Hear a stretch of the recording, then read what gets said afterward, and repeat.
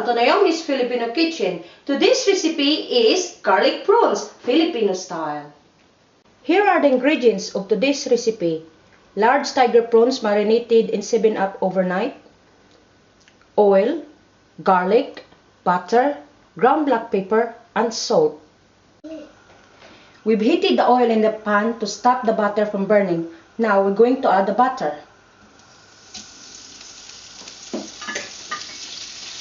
Give it a bit of stir until it's all melted.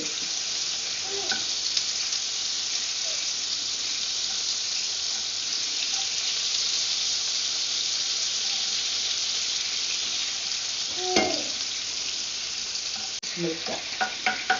Now add the garlic. Give it a stir.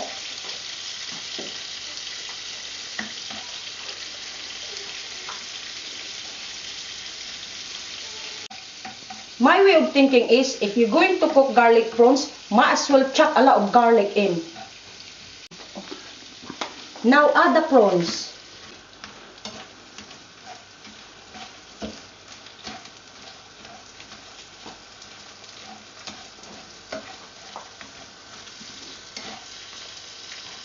Stir occasionally.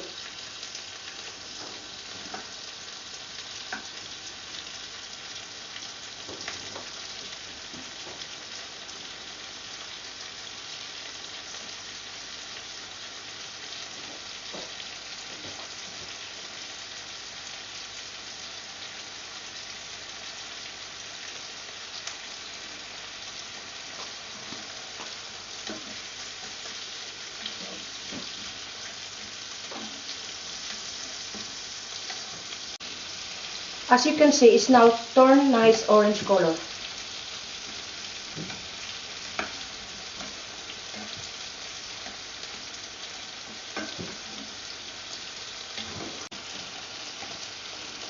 Take note, we don't cook the prawns for too long. After 3 minutes, season with salt, pinch of salt, and pinch of ground black pepper. Give it a bit of stir. Mix well thoroughly. Smells garlicky. Lovely.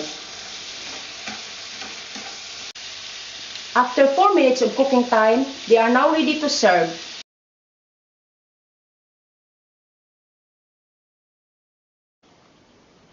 Trust me, I know you cannot smell this, but it smells absolutely gorgeous. I hope you enjoyed the recipe today. Please subscribe to our channel. More recipe to follow. See you soon!